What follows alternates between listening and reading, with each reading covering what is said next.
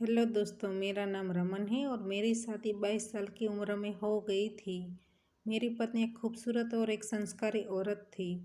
मेरी सास भी छोटी उम्र में ही विधवा हो चुकी थी। वह काफ़ी फिट है। मैं एक प्राइवेट कंपनी में काम करता हूँ। मैं अपनी पत्नी को शादी के बाद मेरे साथ शहर में लेकर आया था। हमारी शादीशुदा ज़िंदगी काफ़ी अच्छी चल रही थी। हम दोनों एक दूसरे के साथ काफ़ी आनंद करते थे। लेकिन कहते हैं ना कि सुख ज़्यादा दिन तक टिकता नहीं है। मेरे साथ भी ऐसा ही हुआ। थोड़े महीना पहले मेरी पत्नी का एक्सीडेंट हुआ और वह कोमा में चली गई। उस दिन से मेरी ज़िंदगी जैसे रुक गई थी। मेरी सास उसका ख्याल रखने के लिए मेरे साथ आई थी।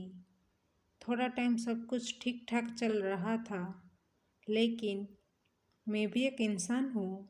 मैं कब तक अपनी इच्छाओं को नज़रअंदाज कर सकता हूँ। मुझे रोज़ ही आनंद करने की आदत हो चुकी थी। बाथरूम में मैं रोज़ नहाने के लिए जाता और अपने हाथों का उपयोग करता था, लेकिन उससे मुझे इतना आनंद नहीं आता था। इसलिए मैं बाहर जाने लगा और आनंद करने लगा। धीरे धीरे मैंने उसको मेरे घर पर भी लाना शुरू कर दिया। मेरी सास सब कुछ देखती थी, लेकिन वह कुछ बोलती नहीं थी। वह भी समझ चुकी थी कि एक आदमी को क्या चाहिए होता है। फिर एक दिन मेरी सास ने मुझे कहा, दामाद, आप यह सब कुछ गलत कर रहे हो। बाजार में से चीज़ों को घर पर लाना और उससे संबंध बनाना यह ठीक नहीं है। बाहर तो ठीक है, लेकिन घर पर यह सब कुछ अच्छा नहीं लगता। मैंने उसकी आंखों में देखा, फिर कहा, मेरी भी कुछ ख्वाहिशें हैं जो आपकी बेटी अब पूरी नहीं कर सकती, इसलिए मुझे यह सब कुछ करना पड़ रहा है। देखो, मुझे घर पर मिलता तो मैं बाहर क्यों जाता। मेरी बात सुनकर मेरी सास चुप हो गई और नज़रें झुकाकर अपने कमरे में चली गई। ऐसे ही थोड़े दिन बीत गए।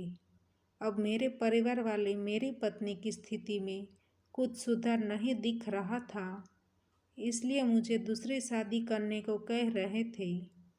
जब मेरी सास को मेरी दूसरी शादी के बारे में पता चला तो उसने मुझे शादी न करने के बारे में कहने लगी। उसने कहा, आप दूसरी शादी करेंगे तो मेरी बेटी का क्या होगा। इतना कहकर वह रोने लगी। फिर मैंने कहा, आप अच्छे से जानते हैं कि मैं भी दूसरी शादी करना नहीं चाहता हूँ, लेकिन मैं अपने परिवार वालों के खिलाफ भी नहीं जा सकता और मेरी भी कुछ ख्वाहिशें हैं। आखिर मैं भी बाहर कितने दिनों तक आनंद के लिए घूमता फिरता रहूँगा। आज मैंने उसको सब कुछ कहने का मन बना लिया था। सब कुछ कहने के बाद मैं अपनी सास के कंधे पर झुक गया। उसने मेरे सिर पर हाथ रखा। मुझे उनके चेहरे पर आज कुछ अलग भाव दिख रहा था।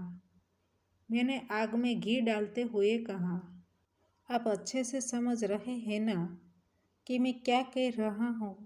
देखो, मेरी ख्वाहिशें घर पर ही पूरी हो जाती तो मैं अपने परिवार वालों को दूसरी शादी न करने के लिए समझा सकता हूँ। यह सुनकर मेरी सास बोली, आप यह क्या कह रहे हो। आप मेरी बेटी के पति हो। आपको ऐसी बातें शोभा नहीं देती।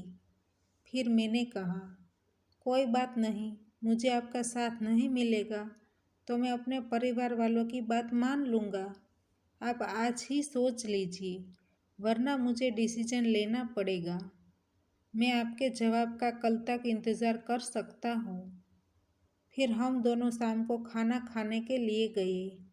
तब मैंने मेरी सास को कहा कि मेरे परिवार वालों ने कुछ फ़ोटो भेजी है। आप देखकर बताइए कि कौन सी फ़ोटो अच्छी है। फिर थोड़ी देर तक मेरी सास सोचने लगी।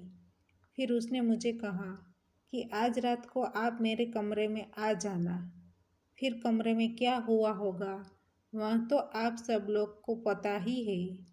तो दोस्तों, हमारी कहानी यहीं पर समाप्त होती है।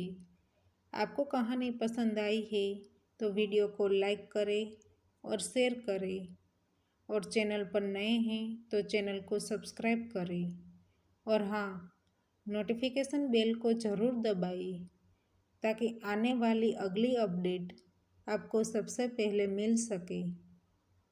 धन्यवाद।